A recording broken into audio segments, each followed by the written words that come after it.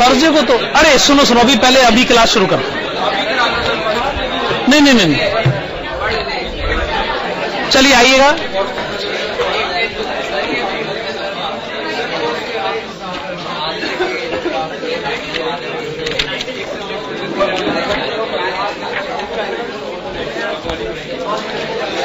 Okay, page number 213, page number 213।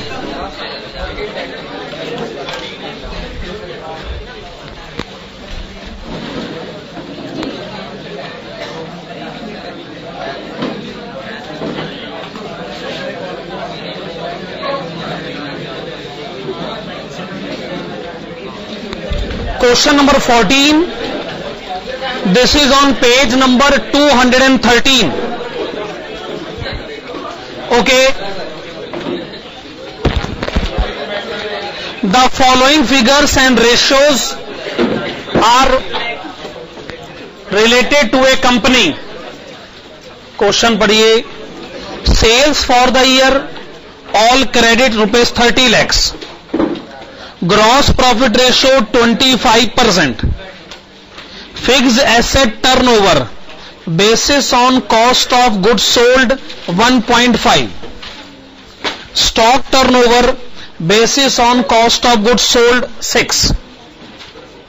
Liquid ratio, current ratio, debtors collection period, reserves and surplus to share capital, capital gearing ratio, fixed assets to net worth.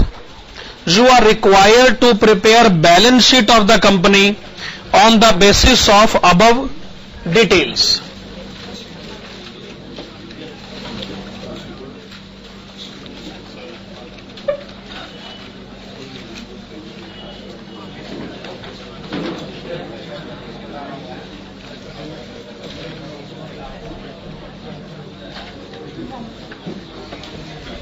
चलिए balance sheet का pro forma पहले आप बना लीजिएगा।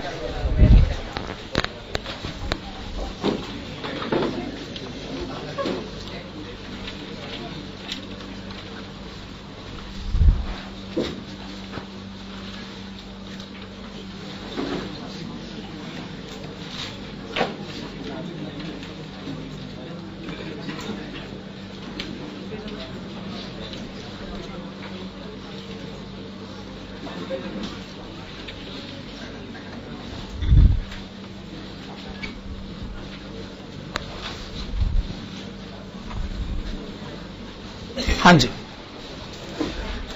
अब question में जो आपको डिटेल्स दे रखी हैं आप उन्हीं को ही लिख सकते हो बैलेंस शीट में। क्वेश्चन में जो आपको डिटेल्स दे रखी हैं आप उन्हीं को ही लिख सकते हो बैलेंस शीट में। अब जैसे क्वेश्चन में एक जगह लिखा है शेयर कैपिटल, तो ऑब्वियस सी बात है हम भी शेयर कैपिटल लिखेंगे।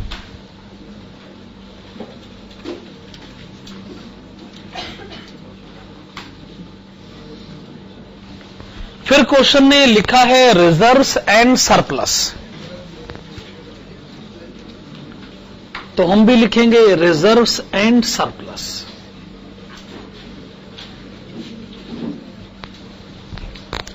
अच्छा, शेयर कैपिटल में अगर मैं रिजर्व्स एंड सरप्लस ऐड करता हूं तो यह है शेयर होल्डर्स फंड्स, और शेयर होल्डर फंड्स का दूसरा नाम बताइए, नेटवर्थ।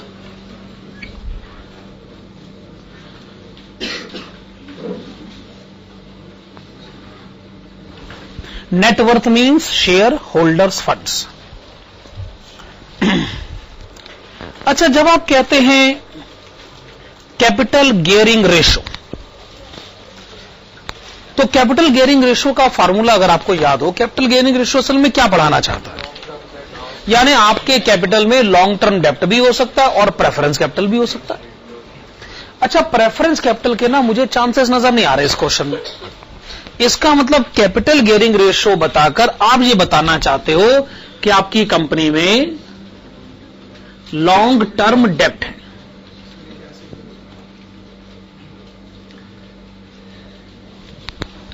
प्रेफरेंस कैपिटल मुश्किल है बताना, क्योंकि शेयर कैपिटल तुमने लिखा ही हुआ है, फिर वो इक्विटी शेयर कैपिटल ही मान लेंगे। अच्छा, अगर लॉन्ग टर्म डेप्ट है क्या क्वेश्चन में करंट रेशो लिखी हुई है? इसका मतलब करंट लायबिलिटीज भी होना चाहिए।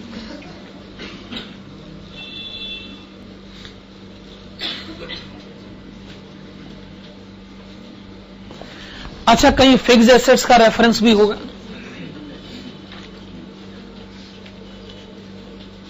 और कहीं अगर फिक्स्ड एसेट्स है तो फिर करंट एसेट्स भी होना चाहिए।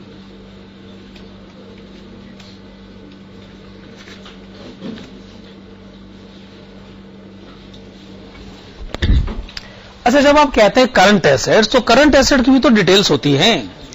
अब क्वेश्चन में इन्वेंट्री का जिक्र है तो इन्वेंट्री है, डेटर्स कलेक्शन पीरियड है तो डेटर्स है,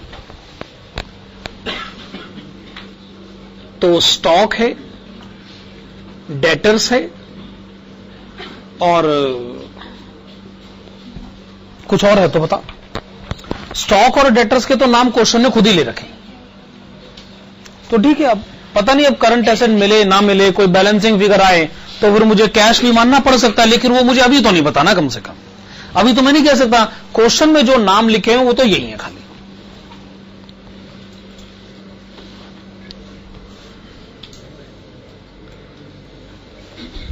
चलो शुरू करें फिर।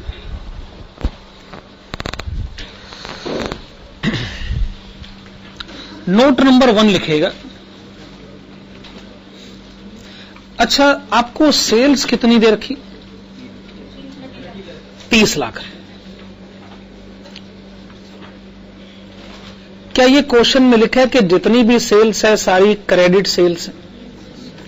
तो सेल्स आपने लिखा 30 लाख रुपए और ब्रैकेट में आपने लिखा ऑल क्रेडिट, सारी क्रेडिट सेल। अच्छा, क्या आपको क्वेश्चन में ग्रॉस प्रॉफिट रेशियो दे रखा? 25%।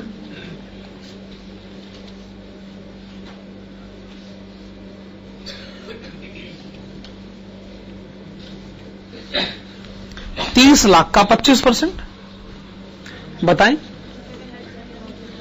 7,50,000, 7.5 लाख रुपए। ग्रॉस प्रॉफिट है सेल का 25%, 7.5 लाख रुपए। आप लिखिएगा cost of goods sold, sales minus gross profit.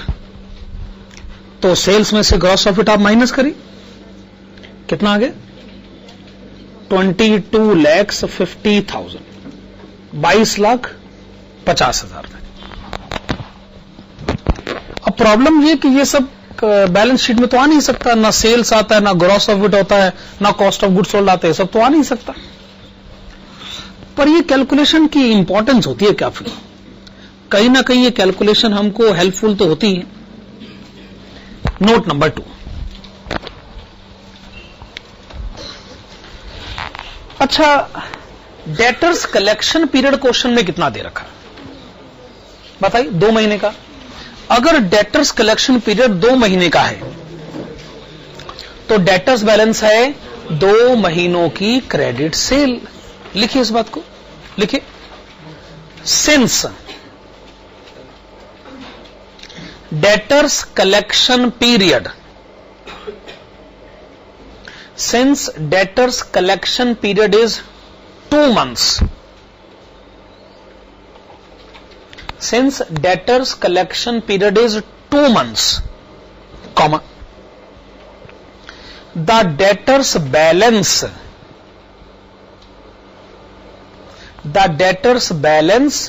must be representing, the debtors balance must be representing 2 months credit sales. The debtors balance must be representing 2 months credit sales, that is, अब देखिए annual credit sale है आपकी 30 लाख रुपए।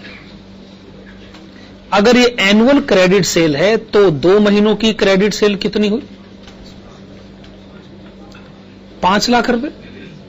तो आप ये कहना चाहते हैं कि जो डेटर्स बैलेंस है वो है 5 लाख रुपए। तो डेटर्स बैलेंस लिखा जाए 5 लाख रुपए। तो डेटर्स बैलेंस लिख लीजिए 5 लाख रुपए।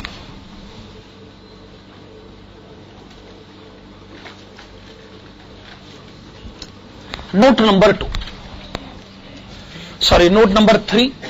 नोट नंबर 3, आइए एक काम करते हैं, स्टॉक की कैलकुलेशन कर लेते हैं। तो क्वेश्चन में स्टॉक टर्नओवर कितना दे रखा है? 6 times.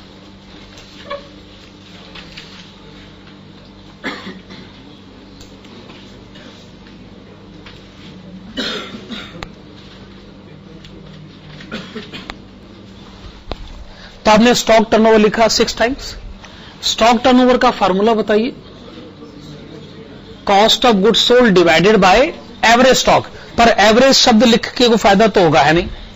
Cost of goods sold divided by stock, this is equal to 6। तो मैं कह सकता हूं स्टॉक किसके इक्वल है? Cost of goods sold divided bye 6। Cost of goods sold तो आपने कैलकुलेट करा है, 22,50,000 डिवाइडेड बाय 6, 3,75,000। चलिए स्टॉक आपने कैलकुलेट किया 3,75,000।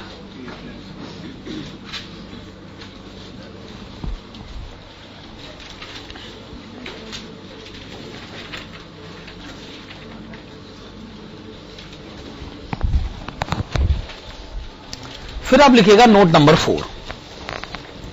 आप देखिएगा क्वेश्चन में लिक्विड रेशो भी गिवन है और करंट रेशो भी गिवन है, दोनों रेशो गिवन है। पहले आप मुझे बताइए क्वेश्चन में करंट रेशो कितनी गिवन है? 1.5 रेशो 1, खाली 1.5 ही लिख लो, एक ही बात है 1.5। अच्छा, करंट एसेट्स का करंट रेशो का formula, current assets divided by current liabilities, this is equal to 1.5। Okay, current assets by current liabilities is equal to 1.5। तो करंट एसेट किसके इक्वल हो गया? 1.5 टाइम्स करंट लायबिलिटीज। क्या ये बात सही? अच्छा, अब ये बताइए आपको लिक्विड रेशो कितनी दे रखी है? 1:1। इसको हम खाली 1 लिख दें तो चल जाएगा 1। अच्छा, लिक्विड रेशो का फार्मूला क्या होता है? Liquid assets divided by current liabilities. तो क्या मैं कह सकता हूं कि जो लिक्विड एसेट है वो करंट लायबिलिटीज के इक्वल है? Liquid asset is equal to current liability, current asset is equal to 1.5 times current liability.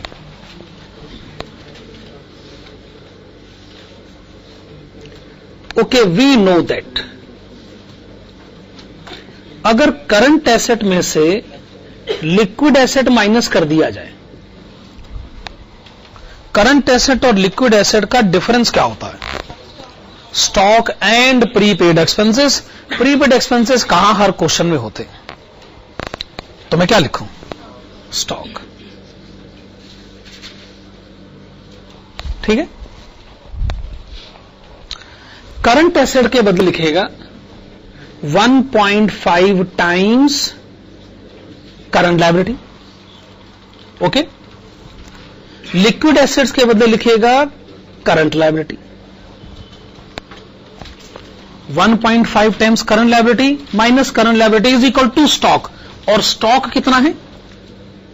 3,75,000। अब क्या इस इक्वेशन को आप सॉल्व करके करंट लायबिलिटी कैलकुलेट कर सकते हैं? 7,50,000। और क्या आपने बताया करंट लायबिलिटी 7,50,000। अगर आपने करंट लायबिलिटी पता कर ली है फिर तो आप मुझे करंट एसेट भी बता सकते हैं। करंट एसेट है 1.5 टाइम्स करंट लायबिलिटीज।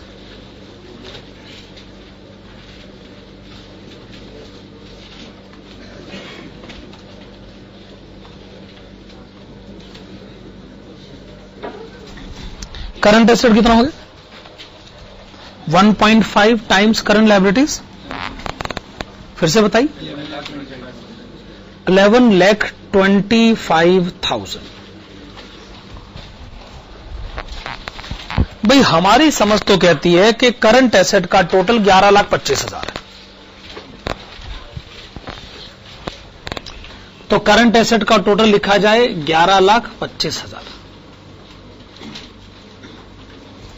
ठीक है ना? और करंट लायबिलिटीज आपने कितनी बताई हैं? 7,50,000।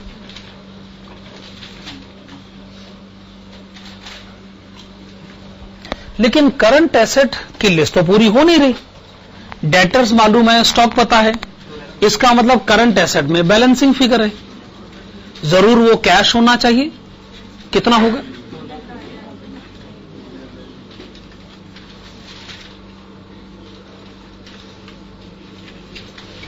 है कि नहीं? तो कैश बैलेंसिंग फिगर आ गया ना 2.5 लाख रुपए। क्या ये पोजीशन एकदम क्लियर है? बात हमको समझ में आ रही कि वो क्या कहना चाहते हैं? अब आप लिखेगा नोट नंबर 5।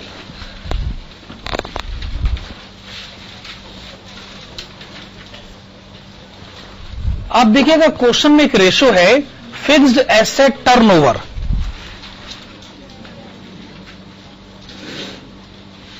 अच्छा, ये फिक्स्ड एसेट टर्नओवर क्वेश्चन में कितना लिखा है?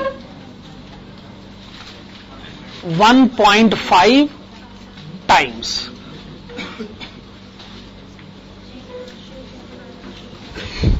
हाँ जी, वैसे तो फिक्स्ड एसेट टर्नओवर का फार्मूला होता है sales divided by fixed asset, पर क्वेश्चन कहते नहीं सेल्स नहीं, कॉस्ट ऑफ गुड्स सोल्ड। अब जब क्वेश्चन कह रहा है तो हम क्वेश्चन की बात फिर मना भी नहीं कर सकते।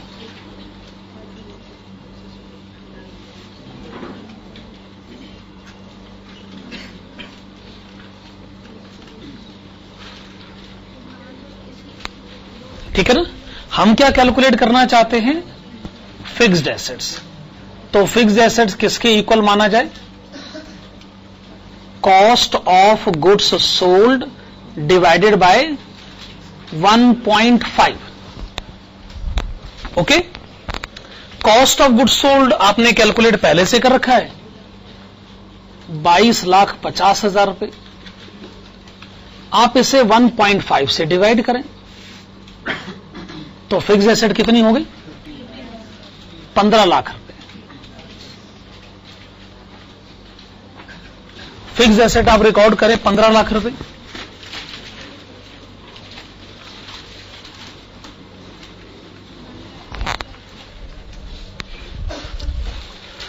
अब आप मुझे एसेट साइड का टोटल बताइए।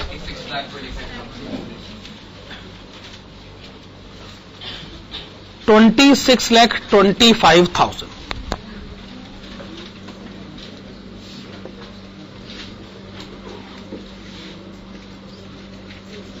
$26,25,000 ये आपने एसेट साइड का टोटल लिखा और वही आपने लायबिलिटी साइड का भी टोटल लिखा।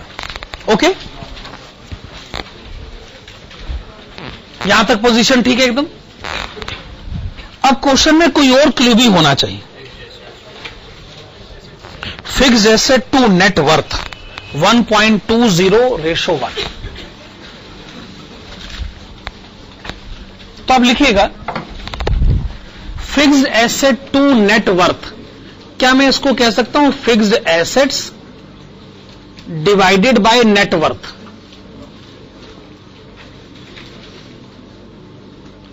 Okay, this is equal to 1.20। मैं ऐसे कह सकता हूं ना, फिक्स्ड एसेट टू नेटवर्थ यानी fixed asset divided by net worth, this is equal to 1.20। तो जो नेटवर्थ है वो किसके इक्वल कही जा सकती है? Fixed assets divided bye 1.20। Fixed assets तो आपने कैलकुलेट कर ही ली है 15 लाख रुपए। आप इसे 1.20 से डिवाइड करें कितना आगे, फिर से बताएं। ओके, 12,50,000 रुपए। 12,50,000 रुपए आपने क्या कैलकुलेट कर लिया है, नेटवर्थ।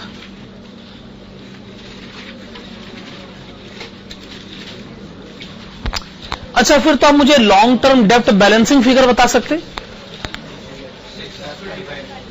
ओके, 6,25,000।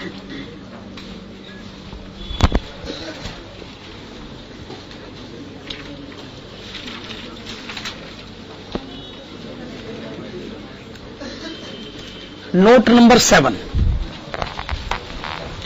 अच्छा, एक रेशो है reserves and surplus to share capital, 0.6:1। Reserves and surplus to share capital, तो आप लिखिएगा reserves and surplus to share capital 0.6:1। हां जी, अब आप इसका मतलब समझिएगा। इसका मतलब क्या है कि रिजर्व्स अगर 0.6 है तो शेयर कैपिटल 1 है। अगर दोनों का टोटल है 1.6 तो उसमें 0.6 रिजर्व्स एंड सरप्लस है और 1 रुपया शेयर कैपिटल है। अच्छा, नेट वर्थ क्या है, शेयर कैपिटल और रिजर्व्स एंड सरप्लस का टोटल ही तो है।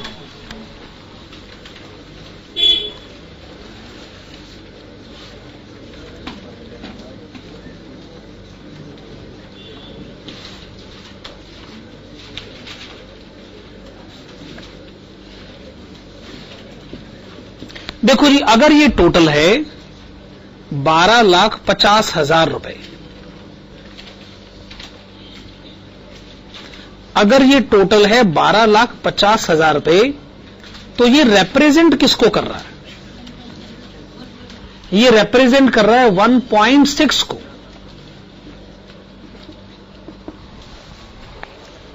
अगर टोटल 1.6 है तो उसमें रिजर्व है 0.6।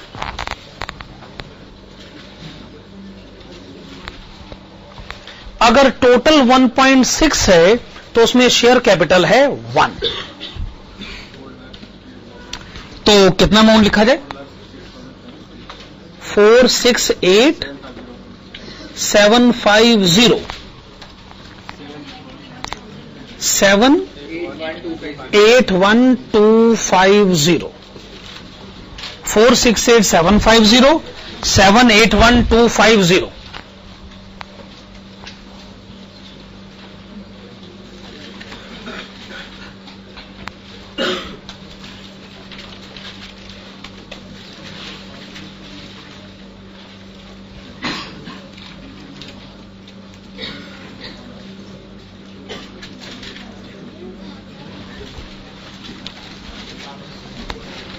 वैसे क्या कहते हैं, क्वेश्चन में कोई ऐसी रेशो भी है जो आपने यूज ही नहीं करी।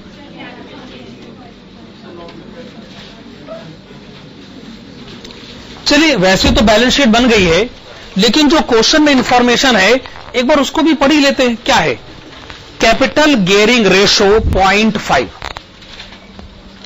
हालांकि बन चुका है, लेकिन फिर भी capital gearing ratio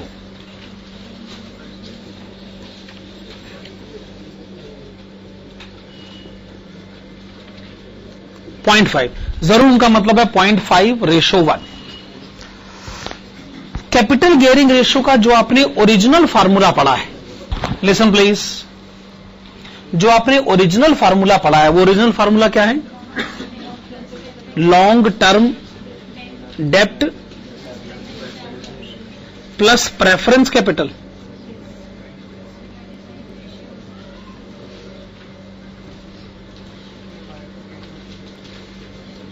divided by equity share holders funds.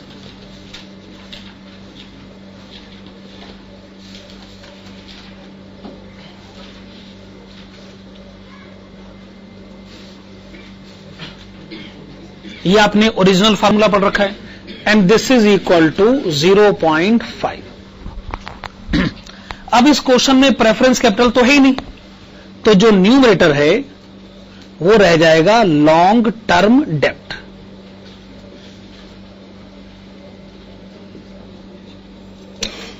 अब चूंकि प्रेफरेंस शेयर होल्डर है ही नहीं, तो जिसको आप इक्विटी शेयर होल्डर्स फंड्स कहते हैं उसे आप खाली शेयर होल्डर्स फंड्स भी कह सकते हैं।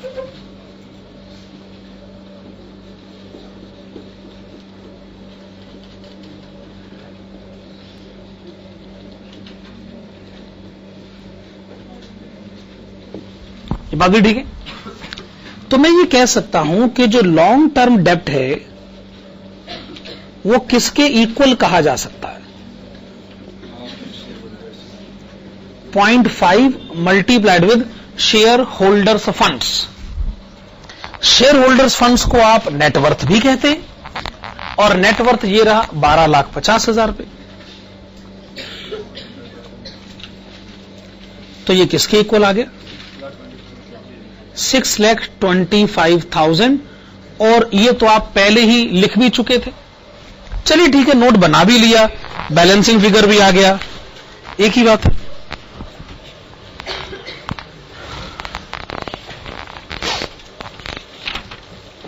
ये हमने क्वेश्चन नंबर 14 का आंसर दे दिया। आप आइएगा क्वेश्चन नंबर 12 की तरफ। Please see question number 12।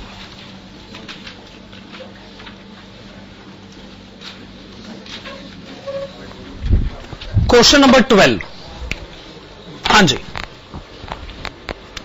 The financial statements and operating results of PQR revealed the following position as on 31st March 2006। एक आपको इक्विटी शेयर कैपिटल गिवन है, दूसरा आपको वर्किंग कैपिटल गिवन है, फिर आपको बैंक ओवरड्राफ्ट गिवन है, करंट रेशियो गिवन है, net fixed asset to proprietary funds given है, cost of goods sold, debtors velocity, stock turnover based on cost of goods sold, gross profit ratio. Closing stock was 25% higher than opening stock. There were also free reserves. Free reserve जाने general reserve, free reserve जाने general reserve. Current assets include stock, debtors and cash only. Current liabilities except bank overdraft are creditors. Accumulated depreciation rupees 90,000. The following information was collected from the records for the year ended on 31st March 2007. तो ऊपर की details कौन सी थी? अच्छा, ऊपर की जो details हैं वो 31st मार्च 2006 की थी। अब हमको जो डिटेल्स बताई जा रही हैं वो 31st मार्च 2007 की बताई जा रही है। बैलेंसेस गिवन है as on 31st March 2007, stock, creditors, debtors and cash balance. अच्छा, a portion of fixed asset was very old, book value ₹1,80,000, disposed for ₹90,000. No depreciation has been provided on this item. अच्छा, long term investment purchase for 2,96,600. Bank overdraft fully discharged. Depreciation of ₹81,000 is charged. Required number 1, prepare balance sheet as on 31st March 2006 and 31st March 2007. And prepare funds flow statement for the year ended on 31st March 2007. चलो लिखो भाई, balance sheet as on 31st March 2006।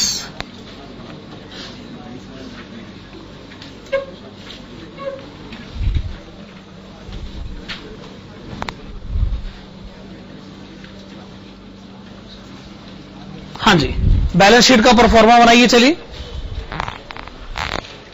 Balance sheet as on 31 March 2006, चलिए बनाइए।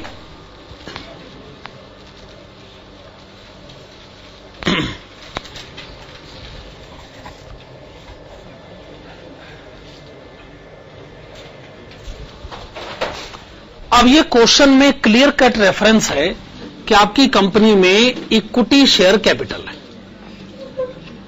In fact equity capital का तो amount भी question में given है, और वो कितना अमाउंट गिवन है आप बताइए दीजिए। 20 लाख।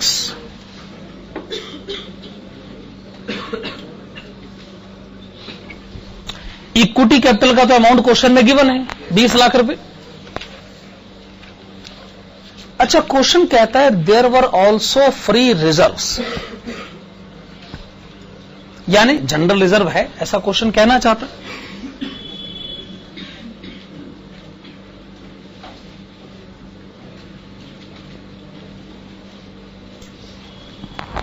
ठीक है ना। और इक्विटी कैपिटल और जनरल रिजर्व, इन दोनों का अगर मैं टोटल करता हूं तो ये शेयर होल्डर्स फंड्स है, जिसको कि हम नेटवर्थ भी कह सकते हैं। ठीक है ना, ये एक तरीके से शेयर होल्डर्स फंड्स है।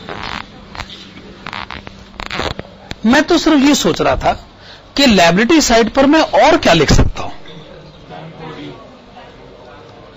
हाँ, पर बैंक ओवरड्राफ्ट तो करंट लायबिलिटी का हिस्सा होता है ना। मैं ये कह रहा था, क्या क्वेश्चन में आपको लॉन्ग टर्म डेप्ट का कोई हिंट है?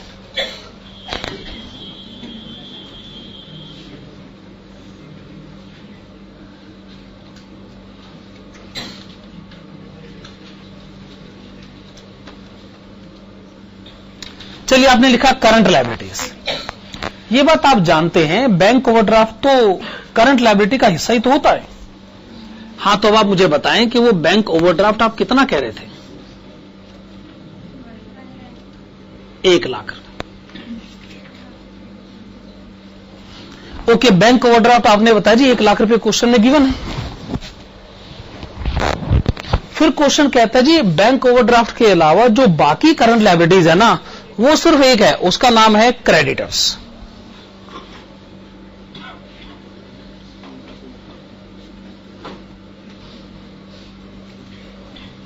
ठीक है, यही हमको नजर आ रहा है। हालांकि उसका अमाउंट हमें नहीं मालूम है, ना हमें क्रेडिटर्स का अमाउंट मालूम है, ना हमें जनरल रिजर्व का अमाउंट मालूम है।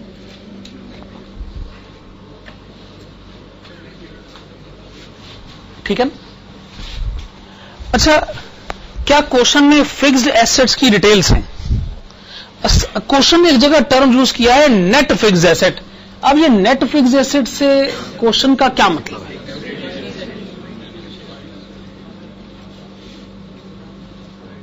जरूर एक फिक्स्ड एसेट का ग्रॉस अमाउंट होगा, ग्रॉस अमाउंट होगा ना, और उसमें से क्या माइनस होगा? Accumulated depreciation.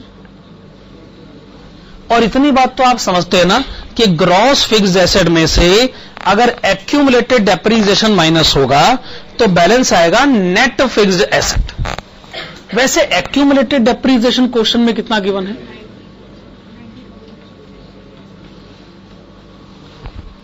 तो कर देंगे माइनस, कर देंगे माइनस, बैलेंस आएगा net fixed asset.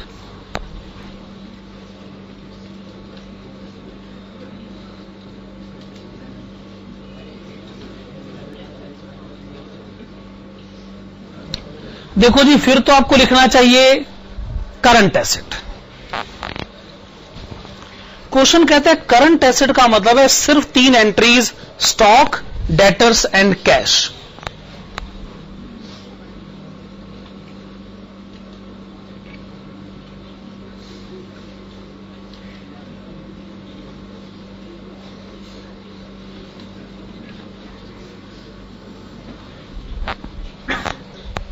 Current asset का मतलब है सिर्फ 3 entries, stock, debtors and cash. जितना हमें क्वेश्चन समझ में आ रहा है ऐसे बन रही है बैलेंस शीट। अब बैलेंस शीट बनाना शुरू करें। फिर क्वेश्चन में कोई इंफॉर्मेशन है कहां वैसे? अच्छा, वर्किंग कैपिटल दे रखा है, पर वर्किंग कैपिटल बैलेंस शीट में कहां लिखा जाता है? वो तो current asset minus current liabilities होता है। वर्किंग कैपिटल तो कहीं लिखा जाता, बैंक ओवरड्राफ्ट क्वेश्चन में लिखा जाता, हमने लिखा है, हमने तो मना नहीं करा।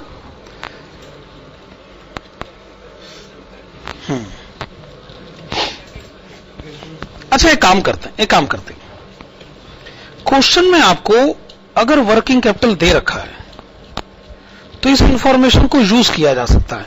यही नहीं, कॉस्ट ऑफ गुड्स सोल्ड भी दे रखा है और ग्रॉस प्रॉफिट रेशियो भी दे रखा है। तो एक काम करते हैं, नोट नंबर 1 बनाते हैं। नोट नंबर 1 में लिखेगा sales minus gross profit is equal to cost of goods sold.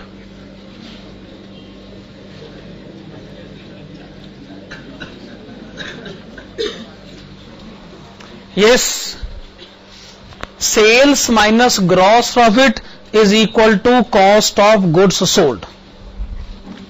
आप बताएंगे ग्रॉस प्रॉफिट कितना? 20% ऑफ सेल्स।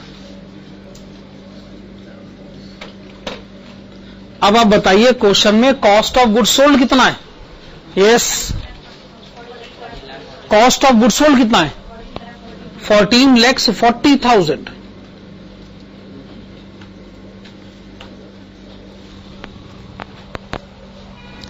तो क्या आप मुझे सेल्स बता सकते हैं?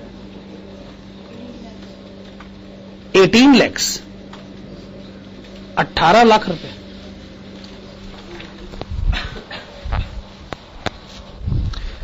अच्छा, क्या ये पूरी सेल को मुझे क्रेडिट सेल मान लेना चाहिए, या तो क्वेश्चन बताए कि साहब क्रेडिट सेल टोटल सेल का इतना हिस्सा होती? अगर आपको लगता है कि क्वेश्चन में क्रेडिट सेल की कोई डिटेल नहीं है तो जितनी भी सेल आपने कैलकुलेट करी है इसे ऑल क्रेडिट कहा जा सकता है ना?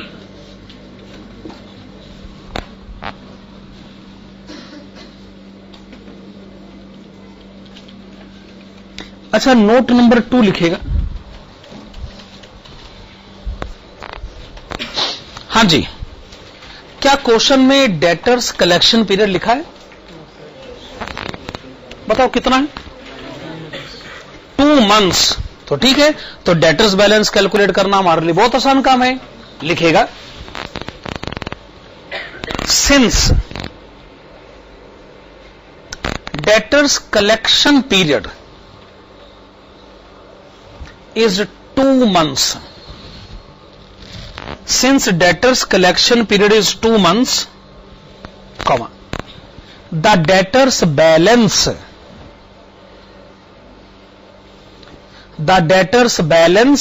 must be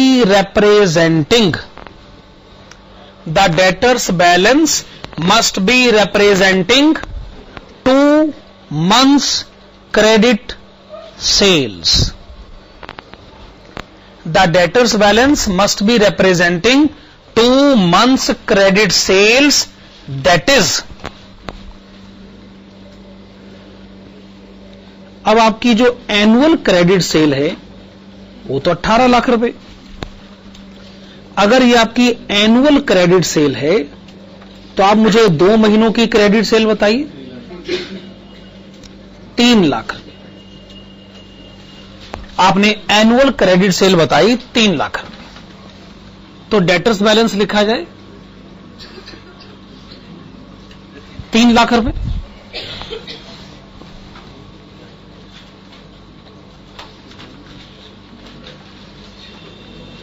चलिए, आपने डेटर्स बैलेंस पता किया, क्रेडिट सेल को बेस बनाकर नोट नंबर 3 बनाइएगा। क्वेश्चन में स्टॉक टर्नओवर कितना गिवन है? 4 times.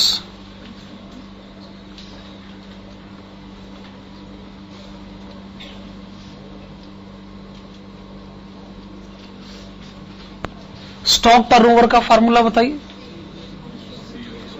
Cost of goods sold divided by average stock.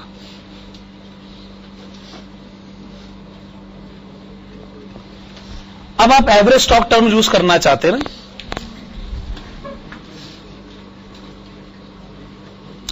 So average stock is equal to cost of goods sold divided by 4। Cost of goods sold ये रहा 14,40,000, get it divided by 4। Okay, this is 3,60,000।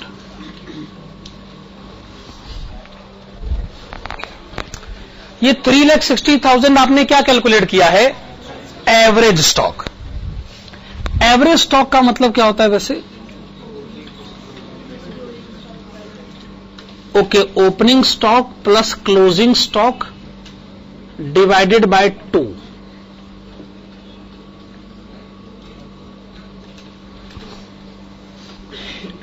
This is equal to ₹3,60,000।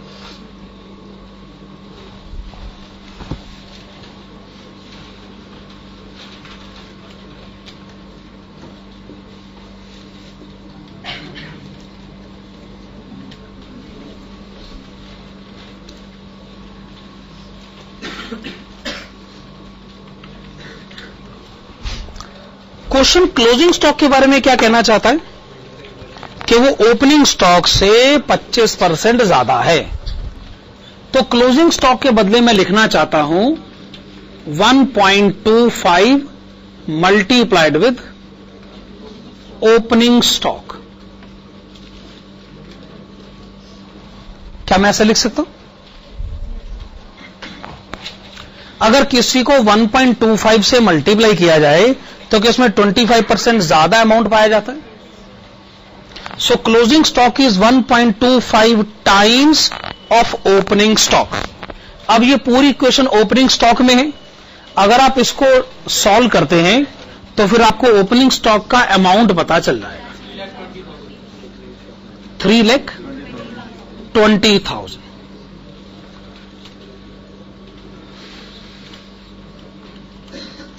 चलिए, opening stock आपने पता किया 3,20,000। हम क्या जानना चाहते हैं? Closing stock. This is equal to 1.25 multiplied with opening stock.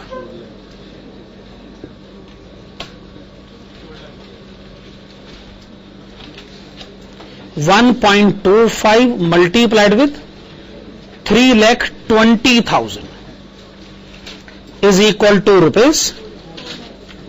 ₹4 lakhs। आप तो क्लोजिंग स्टॉक ही चाहते थे ना, तो क्लोजिंग स्टॉक फिर आप यहां पर लिखिए 4 लाख। ठीक है ना?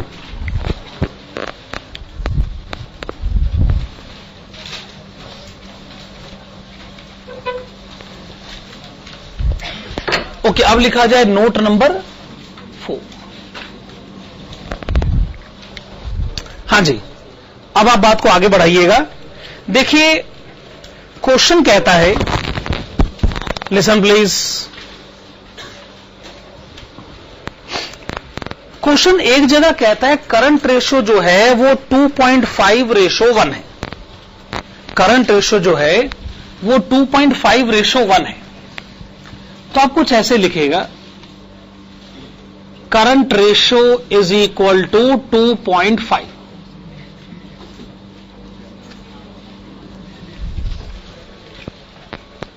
करंट रेशो यानी current assets divided by current liabilities.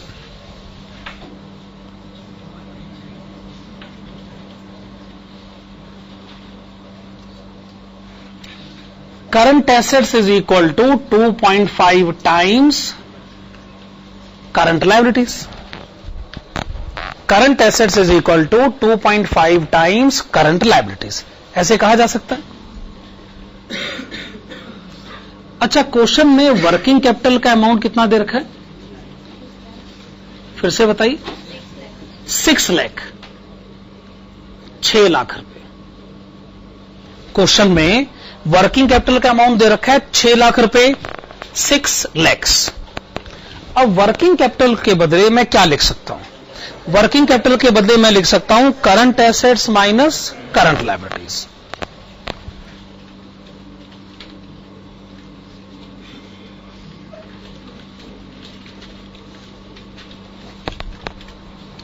अब इस इक्वेशन में करंट एसेट के बदले में लिख सकता हूं 2.5 times current liabilities minus current liabilities is equal to ₹6 lakh.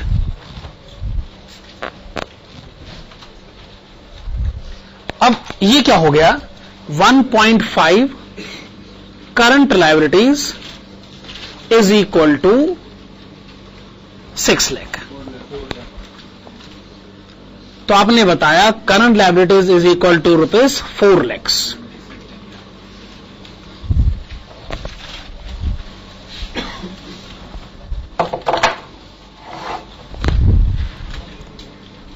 Current assets is equal to 2.5 times current liabilities. 2.5 multiplied with 4 lakhs.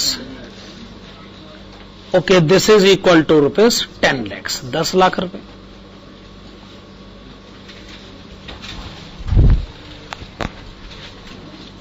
तो करंट एसेट का टोटल लिखा जाए 10 लाख रुपए, करंट एसेट का टोटल लिखा जाए 10 लाख रुपए और करंट लायबिलिटीज का टोटल लिखा जाए 4 लाख। करंट एसेट का टोटल आपने लिखा 10 लाख, करंट लायबिलिटीज का टोटल आपने लिखा 4 लाख। ऐसे करंट लायबिलिटीज में क्रेडिटर्स बैलेंसिंग फिगर कितना आ गया, 3 लाख। और करंट एसेट्स में कैश बैलेंसिंग फिगर कितना आ गया, फिर से 3 lakh.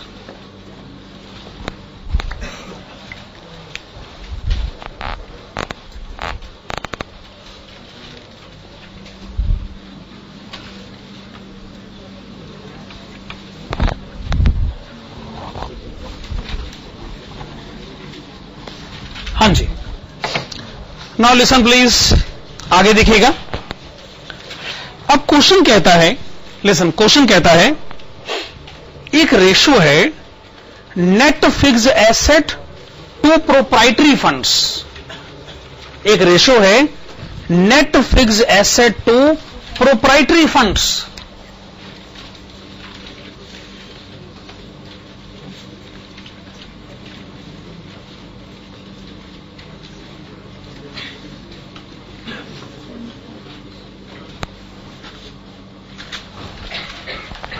Net fixed asset to proprietary funds. Proprietary funds के बदले क्या मैं लिख सकता हूं, शेयर होल्डर्स फंड्स।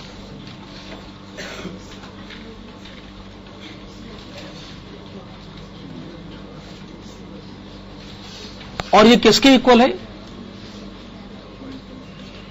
0.75 के इक्वल।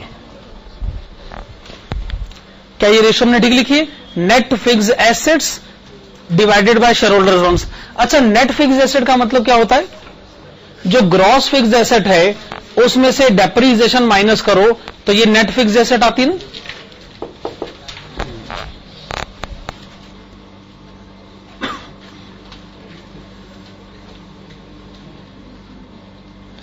अच्छा, जो डिनोमिनेटर में शेयर होल्डर्स फंड्स है ना, मैं इसके बदले लिखना चाहता हूं कैपिटल एम्प्लॉयड।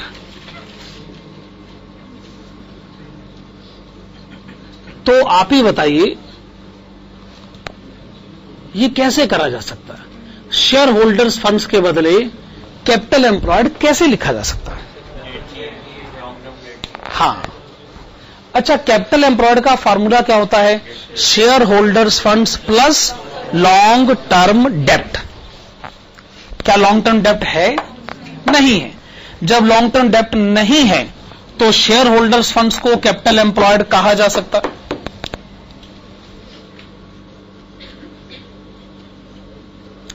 पर हम इतनी बात कहें क्यों, असल में इससे हमको फायदा क्या है, फायदा यह है अब हम कैपिटल एम्प्लॉयड का दूसरा वाला फार्मूला इस्तेमाल करेंगे। पहला वाला formula share holders funds plus long term loan, दूसरा वाला formula fixed assets plus working capital. और फिक्स्ड एसेट का मतलब होता है नेट फिक्स्ड एसेट।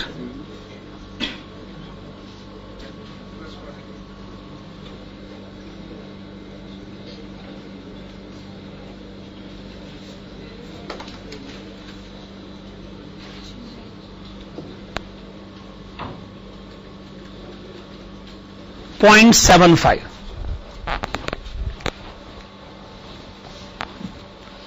क्या क्वेश्चन में वर्किंग कैपिटल गिवन है? अगर मैं इसमें वर्किंग कैपिटल लिख देता हूं तो इक्वेशन नेट फिक्स एसेट में आ जाएगी और नेट फिक्स एसेट सॉल्व किया जा सकता है।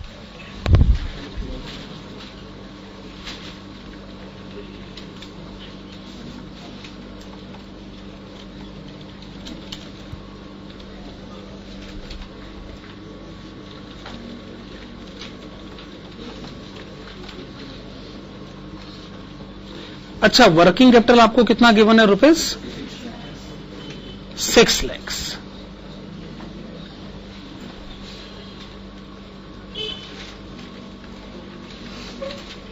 .75। अब जी आप इसको सॉल्व करो।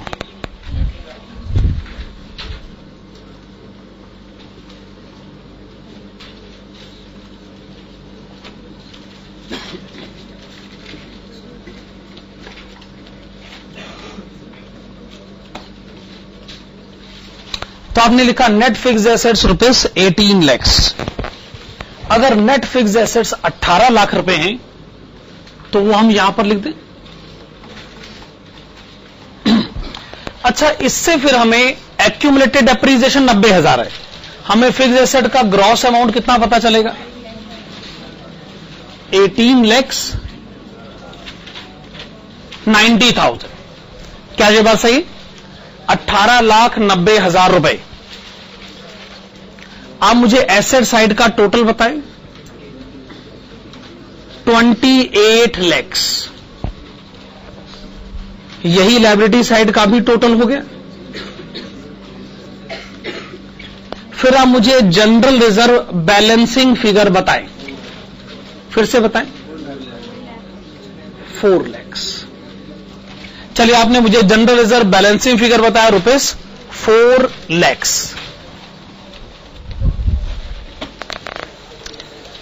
थोड़ी मेहनत लगी लेकिन कम से कम हमने ये बैलेंस शीट बना ली।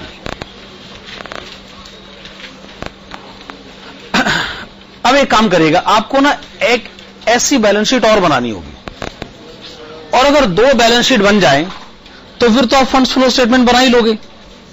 फंड्स फ्लो स्टेटमेंट बनाने के लिए 2 बैलेंस शीट तो चाहिए होती है बस। तो जैसे पहली बैलेंस शीट बनाई है वैसे दूसरी भी बना लेते। 2 बैलेंस शीट बनेगी तो फंड्स फ्लो स्टेटमेंट भी बन जाएगी। फंड्स फ्लो स्टेटमेंट आपको याद होगा कि आप ही ने इस सिलेबस में पढ़ रखी, हालांकि बहुत पुरानी बात हो गई।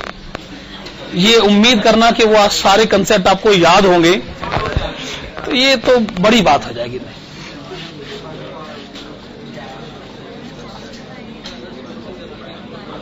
अच्छा, ये भी बड़ी बात है कि आपको चैप्टर का नाम याद है।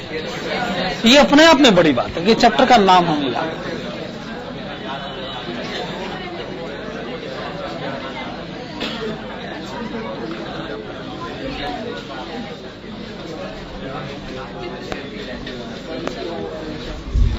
Okay, balance sheet as on 31 March 2007।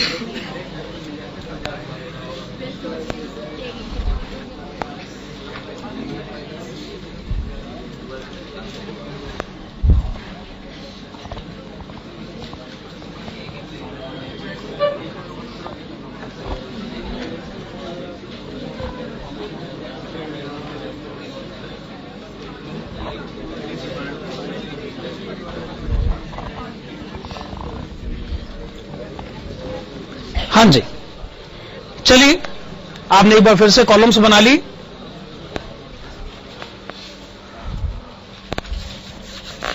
तो अगले साल भी आपको इक्विटी कैपिटल तो लिखना चाहिए ना।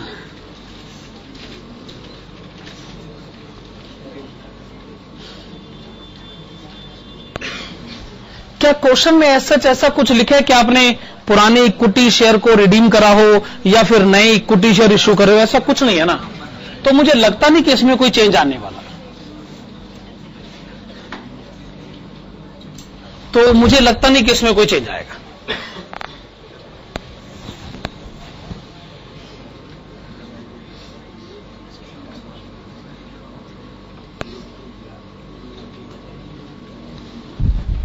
पिछले साल भी जनरल रिजर्व था, इस साल भी होगा। कितना होगा तो हम पता करेंगे। अच्छा, पिछले साल ना करंट लायबिलिटी में बैंक ओवरड्राफ्ट था। क्वेश्चन कहता है जी वो हमने डिस्चार्ज कर दिया, अब बैंक ओवरड्राफ्ट नहीं रहा। अच्छा, लेकिन पिछले साल तो क्रेडिटर्स बैलेंस था, क्या क्रेडिटर्स बैलेंस इस साल भी है? अच्छा, वो क्वेश्चन में दे रखा है कि हां इस साल क्रेडिटर्स बैलेंस है और वो कितना है? क्रेडिटर्स बैलेंस इस साल आपको कितना दे रखा है? 4,15,000।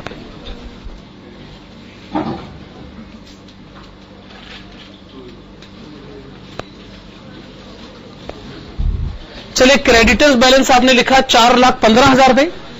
क्या यहां तक पोजीशन ठीक है? Now listen please. अब हमें एसेट साइड के बारे में भी बात कर लेनी चाहिए। देखो, एसेट साइड में पहले तो हमें लिखना पड़ेगा फिक्स्ड एसेट्स, और उसमें से क्या माइनस करना होगा? Accumulated depreciation. पहले आपको फिक्स्ड एसेट लिखना होगा, उसमें से आपको माइनस करना होगा एक्यूमुलेटेड डेप्रीसिएशन। अच्छा, क्वेश्चन एक जगह कहता है अगले साल क्या हुआ है, आपने ना लॉन्ग टर्म इन्वेस्टमेंट खरीदी, और लॉन्ग टर्म इन्वेस्टमेंट कितने की खरीदी है? 2,96,600 रुपए। तो फिर आपको लिखना पड़ेगा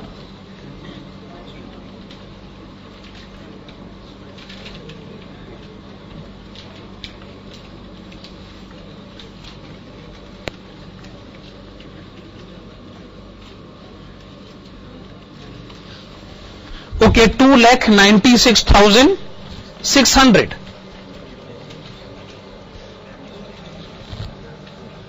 अच्छा, और बताइए क्वेश्चन में क्या गिवन है? करंट एसेट्स होंगे।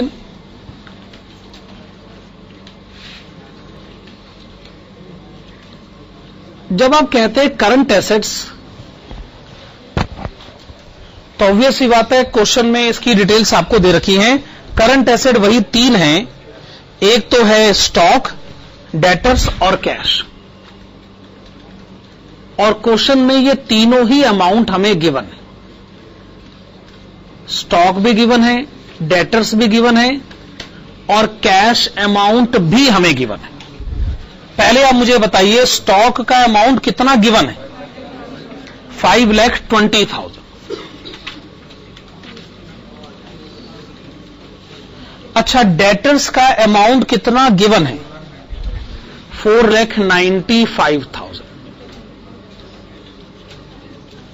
कैश का अमाउंट कितना गिवन है? 3,10,000। करंट एसेट्स का टोटल 13,25,000। करंट एसेट्स का टोटल आपने बताया 3,25,000। ये आपने करंट एसेट्स का टोटल बताया 3,25,000। सॉरी 13,25,000। अच्छा, अब अगर मुझे जनरल रिजर्व पता चल जाए तो ये बैलेंसिंग फिगर लाया जा सकता है, और अगर फिक्स एसेट पता चल जाए तो जनरल रिजर्व बैलेंसिंग फिगर लाया जा सकता है।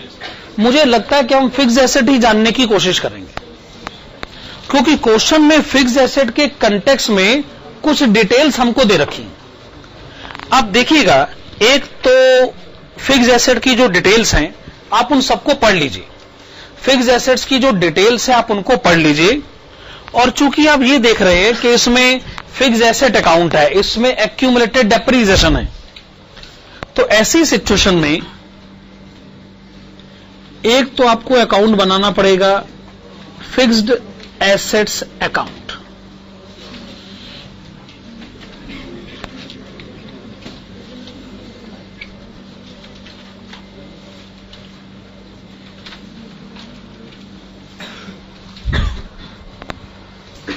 दूसरा अकाउंट आपको बनाना पड़ेगा accumulated depreciation account.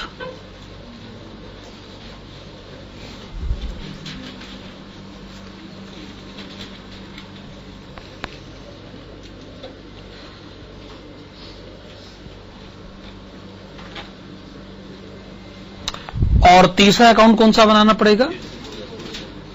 Fixed assets disposal account.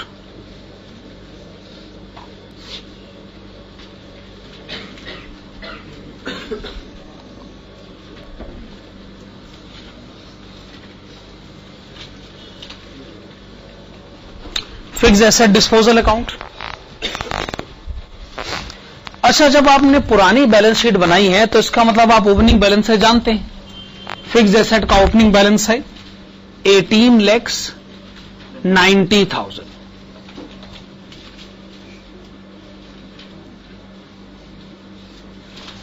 Accumulated depreciation opening balance है 90,000।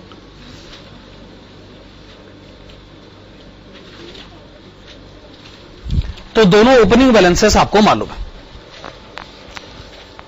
अब एक जगह क्वेश्चन कहता है कि आपने इस साल डेप्रीसिएशन चार्ज किया है 81,000।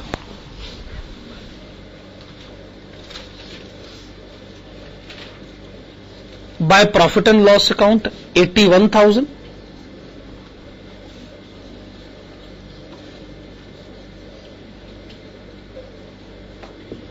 डेप्रीसिएशन ड्यूरिंग द ईयर,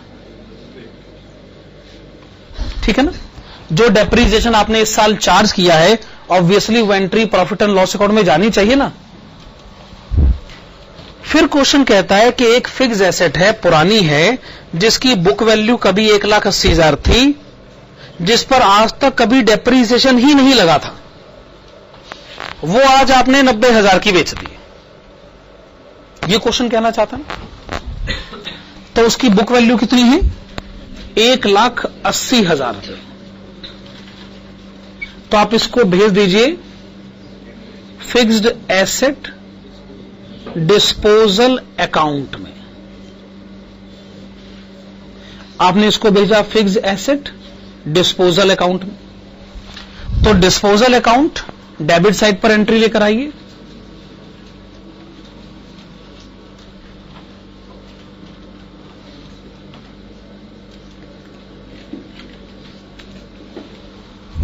चूंकि इस पर आज तक कभी डेप्रीसिएशन लगा ही नहीं, तो कोई एंट्री एक्यूमुलेटेड डेप्रीसिएशन से ट्रांसफर हो ही नहीं सकती, क्योंकि इस पे कभी डेप्रीसिएशन लगा ही नहीं। अच्छा, आज आपने इसको बेचा कितने में? 90,000 में। तो आप क्या लिखेंगे? बाय बैंक अकाउंट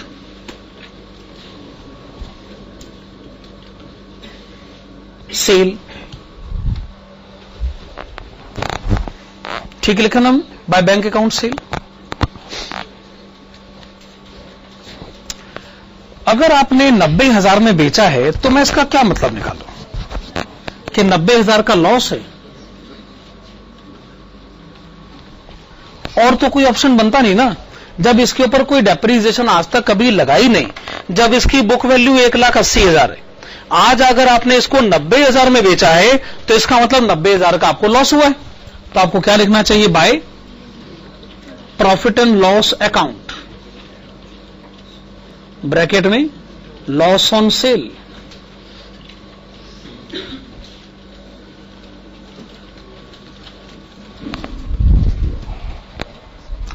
जब ये साल शुरू हुआ तो 90,000 का डेप्रीसिएशन पहले लग गया था, 81,000 का डेप्रीसिएशन अब और लग गया। भाई टोटल डेप्रीसिएशन कितना हो गया? 1,71,000 टू बैलेंस कैरिड डाउन। इसका मतलब डेप्रीसिएशन 1,71,000 तक पहुंच चुका है। अब आप मुझे फिक्स्ड एसेट का क्लोजिंग बैलेंस बताएं। 17,10,000। अकाउंट तो बन गए सारे। तो फिक्स्ड एसेट लिखेगा क्लोजिंग बैलेंस 17,10,000।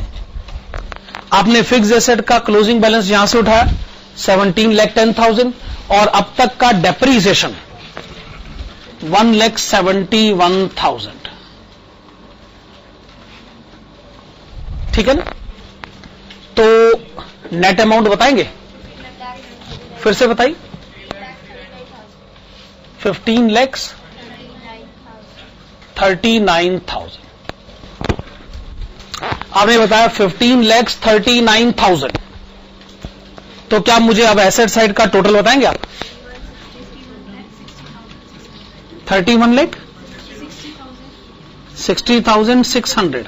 आपने बताया 31,60,600 रुपए।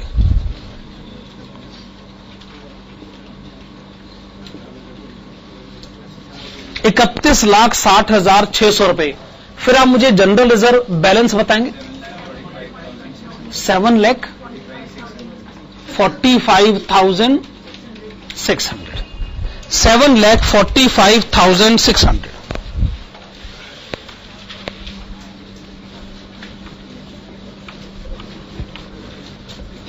अच्छा, क्वेश्चन की अगली रिक्वायरमेंट क्या है?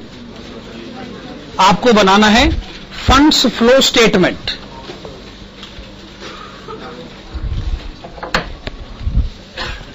देखिए, फंड्स फ्लो स्टेटमेंट तो हम बना देंगे, पर उसके लिए हम पहले कैलकुलेट करना चाहेंगे फंड्स फ्रॉम ऑपरेशंस।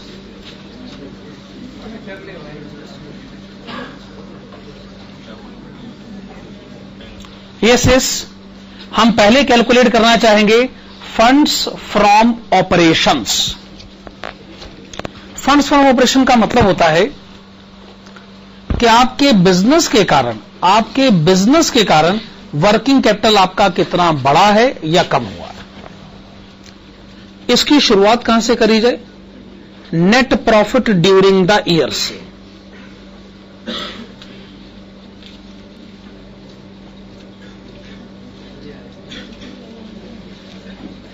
चलिए, क्या लिखा आपने? Net profit during the year. देखिए, क्लोजिंग बैलेंस ये रहा 7,45,600। ओपनिंग बैलेंस है 4 लाख।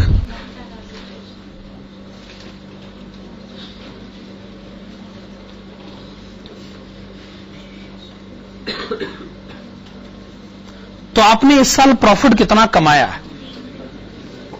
3,45,600।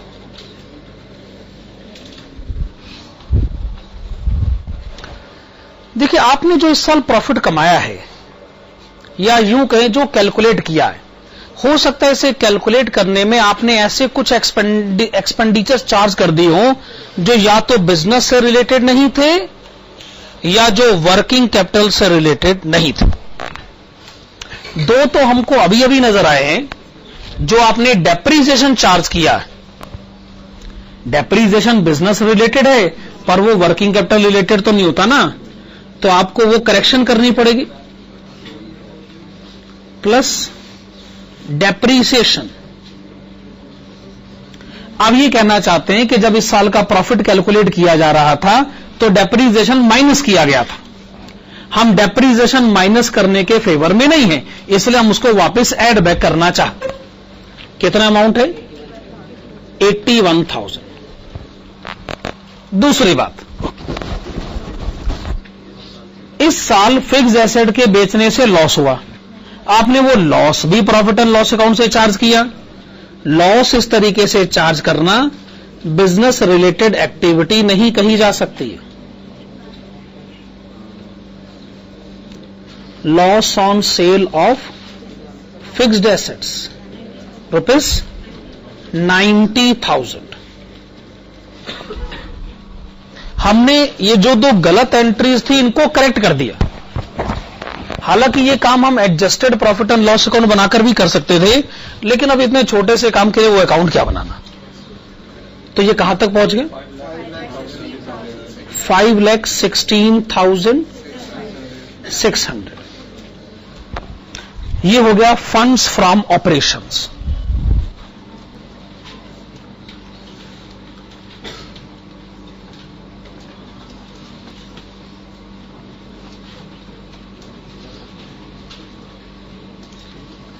अब आप लिखिएगा फंड्स फ्लो स्टेटमेंट।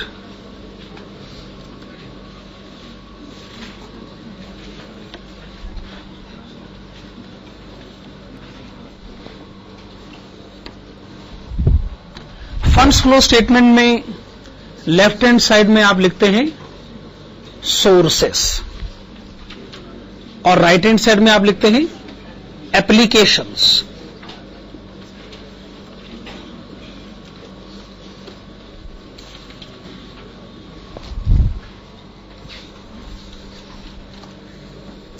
सोर्सेस में आप यही बताते हैं ना कि वर्किंग कैपिटल कौन कौन से रीजंस की वजह से बढ़ा है। एप्लीकेशंस में आप क्या बताते हैं, जो घटा है। जब आपने फंड्स फ्रॉम ऑपरेशन कैलकुलेट किया है तो सबसे पहले आप इसी को लिख लीजिए,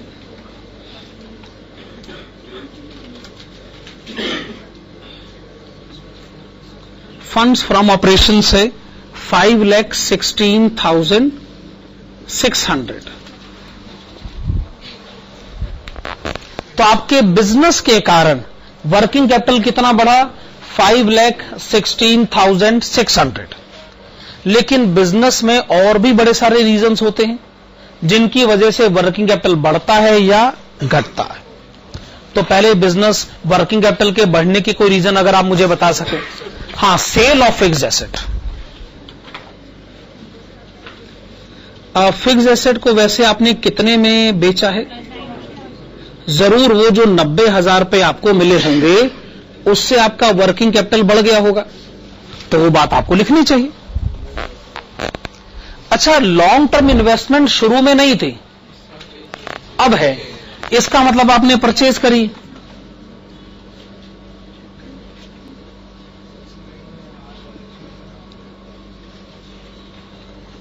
purchase of long term investment, इससे जरूर कैश बैलेंस कम हो गया होगा, वर्किंग कैपिटल कम हो गया होगा। अमाउंट 2,96,600।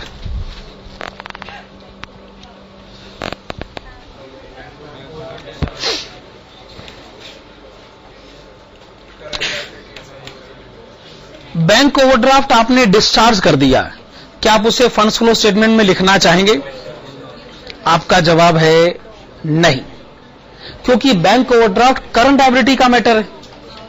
आप लोग हो सकता है भूल गए होंगे कि जो करंट एसेट और करंट लायबिलिटीज के मैटर्स होते हैं उन्हें नहीं डिस्कस किया जाता। ऐसे तो कल को आप ये मुद्दे भी उठाओगे कि क्रेडिटर्स को हमने पैसे दिए उसे भी लिख देते हैं, डेटर्स हमें पैसे मिले उसे भी लिख देते हैं। अब ऐसे फंड्स फ्लो स्टेटमेंट क्या क्या लिखता रहेगा भाई? जो करंट एसेट करंट लायबिलिटीज के मैटर्स होते हैं वो नहीं लिखे जाते। और ऐसा रिएक्ट मत करिए जैसे मैं आपको आपके बचपन की कोई बात बता रहा हूं या पिछले जन्म की कोई बात बता रहा हूं। अच्छा हाँ, कुछ था तो जरूर, मतलब ये कोई बहुत ज्यादा पुरानी बात नहीं है। कई बार स्टूडेंट ऐसे रिएक्ट करते हैं जैसे मैं कोई नॉर्थ पोल की कोई बात उसको बता रहा हूं। अच्छा वहां कुछ ऐसा था, है कि नहीं? खैर, अब आप मुझे बताइए कि बैलेंस कितना आ रहा है इस तरह? 3 लाख।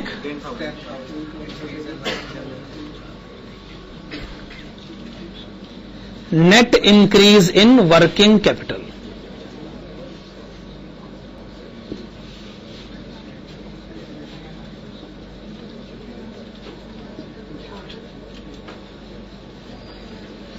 ओके, ये आपने बैलेंसिंग फिगर बता दिया। वैसे आप अपने आंसर को वेरीफाई तो कर सकते हैं ना, और आपने कर भी लिया होगा वेरीफाई। अच्छा, वेरीफाई करते कैसे हैं ये बता दीजिए बस, मैं ये मान लूंगा कि हाँ आपने कर लिया होगा। वेरीफाई करते कैसे ये बता दो बस। उसको कहते क्या है? हाँ, schedule of changes in working capital. ऐसी कोई स्टेटमेंट बनाई जाए ना तो उससे ये आंसर कंफर्म हो जाता है। नहीं, आपको ये नाम याद आ गया, मैं मान लेता हूं कि हाँ आप कर लेंगे ना। हाँ जी,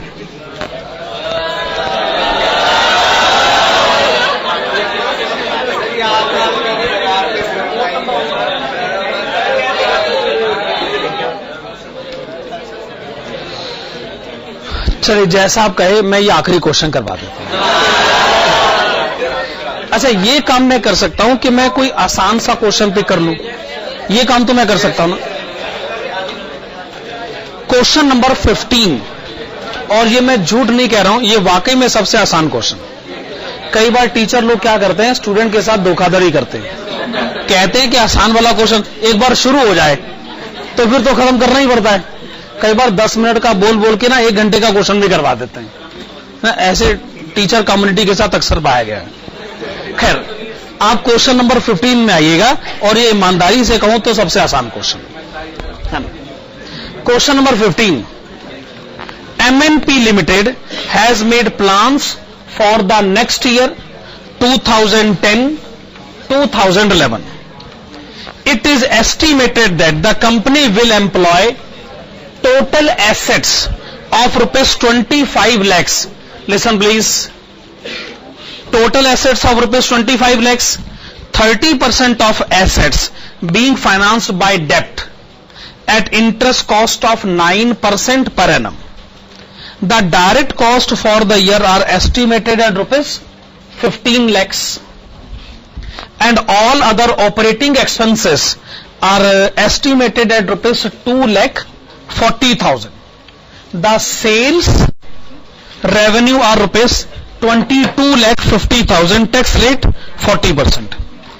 अच्छा, required to calculate number 1 net profit margin. Net profit margin यानी net profit ratio. अब नेट प्रॉफिट रेशियो का फार्मूला है नेट प्रॉफिट बाय सेल्स, तो इसका मतलब आपको नेट प्रॉफिट मालूम होना चाहिए। अब नेट प्रॉफिट मालूम करने के लिए आपको इनकम स्टेटमेंट बनानी पड़ेगी।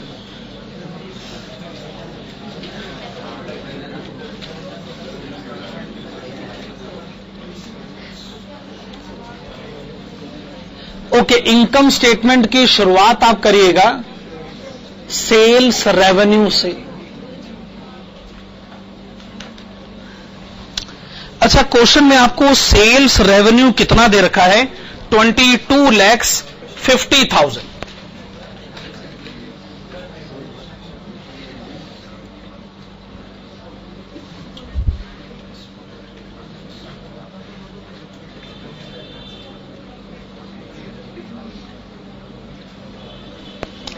सेल्स रेवेन्यू में से सबसे पहला काम तो हमें डायरेक्ट कॉस्ट माइनस करना चाहिए, जो कि क्वेश्चन में लिखा हुआ है 15 लाख रुपए। सेल्स रेवेन्यू में से सबसे पहले तो फिर हम लोग डायरेक्ट कॉस्ट ही माइनस करेंगे ना, तो 15 लाख रुपए माइनस करके डिफरेंस कितना आ गया?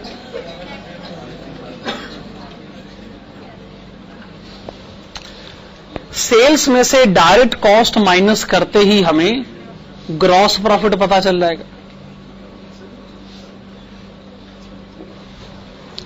फिर क्वेश्चन एक जगह कहता है अदर ऑपरेटिंग एक्सपेंसेस, यानी डायरेक्ट कॉस्ट तो आप लिख चुके हैं, पर कुछ और हैं बिजनेस रिलेटेड एक्सपेंसेस, उसको क्वेश्चन ने नाम दिया अदर ऑपरेटिंग एक्सपेंसेस।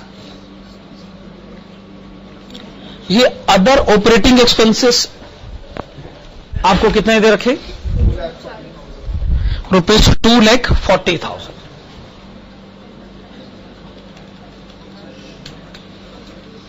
तो डिफरेंस बताइए। 5,10,000 को आप क्या कहना चाहेंगे? या तो कह लीजिए ऑपरेटिंग प्रॉफिट या कह लीजिए EBIT।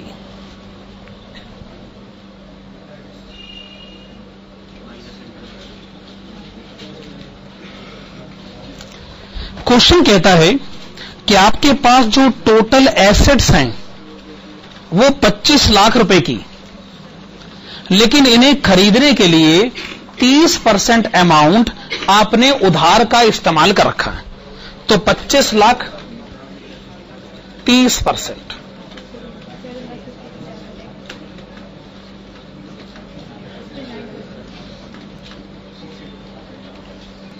इसका मतलब आपने लोन ले रखा है 7.5 लाख रुपए का। इसका मतलब आपने लोन ले रखा है 7.5 लाख रुपए का, जिसके ऊपर आपको इंटरेस्ट देना पड़ता है 9%। 67,500।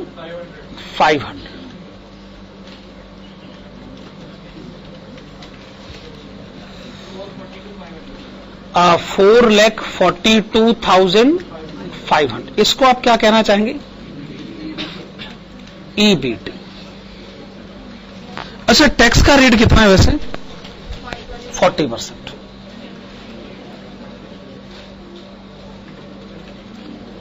40% कितना हुआ वैसे? 1,77,000। तो प्रॉफिट आफ्टर टैक्स कितना हुआ? 2,65,500 2,65,500। क्वेश्चन की पहली रिक्वायरमेंट यह है कि आप कैलकुलेट करें नेट प्रॉफिट मार्जिन, या यूं कहें तो आप कैलकुलेट करें नेट प्रॉफिट रेशो। एक ही बात है ना? इसका फॉर्मूला होता है नेट प्रॉफिट बाय सेल्स, और नेट प्रॉफिट से हमेशा मतलब लिया जाता है प्रॉफिट आफ्टर टैक्स।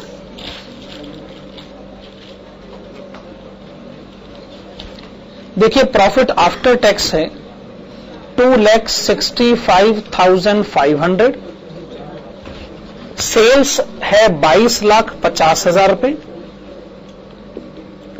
आप 100 से मल्टीप्लाई करें 11.8 ओके 11.8%।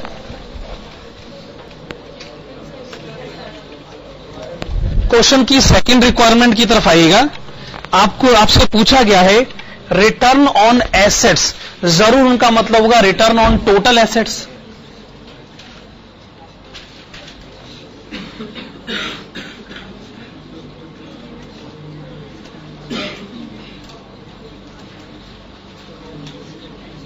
तो आपने लिखा रिटर्न ऑन टोटल एसेट्स। हमने ये रेशियो पढ़ी हुई है। इसके न्यूमरेटर में क्या आता है? EBIT divided by total assets multiplied with 100। EBIT तो आप यहां से पिक कर सकते हैं। अच्छा, टोटल एसेट कितना लिखा है? 25 lakhs।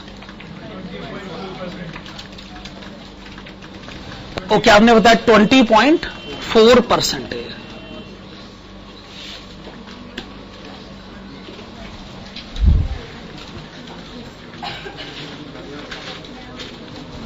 नंबर 3, रिक्वायरमेंट नंबर 3 बताएं। Assets turnover. एसेट्स टर्नओवर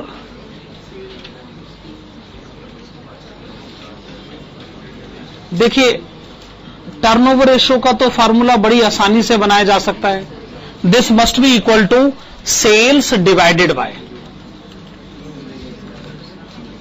अगर वो कह रहे एसेट्स टर्नओवर तो जरूर उनका मतलब होगा टोटल एसेट टर्नओवर। तो sales divided by total assets. Sales है 22,50,000 और टोटल एसेट्स है 25 lakhs।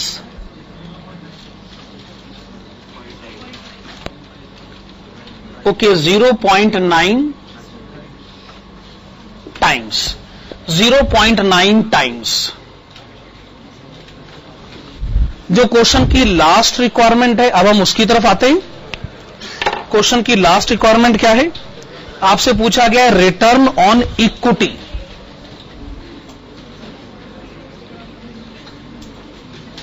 रिटर्न ऑन इक्विटी, मेरे ख्याल से इक्विटी शब्द क्वेश्चन ने बिना बात के इस्तेमाल किया है, क्योंकि मुझे नहीं लगता कि प्रेफरेंस कैपिटल का कोई रेफरेंस है।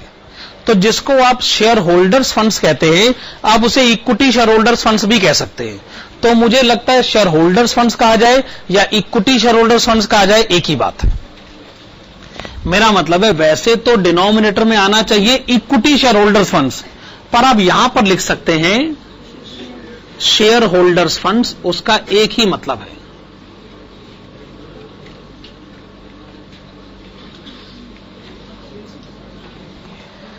और न्यूमरेटर में आपको लिखना होता है वो अमाउंट जो शेयर होल्डर्स में बटेगा, वो है profit after tax. Share holders में इनकम बटेगी 2,62,500। अब सवाल जो उठता है शेयर होल्डर्स फंड्स हैं कितने? सॉरी, अब ध्यान से देखिएगा, आपके पास टोटल एसेट 25 लाख की है, उसमें 30% डेप्ट फाइनेंस्ड है, तो 70% शेयर होल्डर्स फाइनेंस तो होगा ही ना। कितना होगा वैसे? 17,50,000। परसेंटेज में कितना आ गया?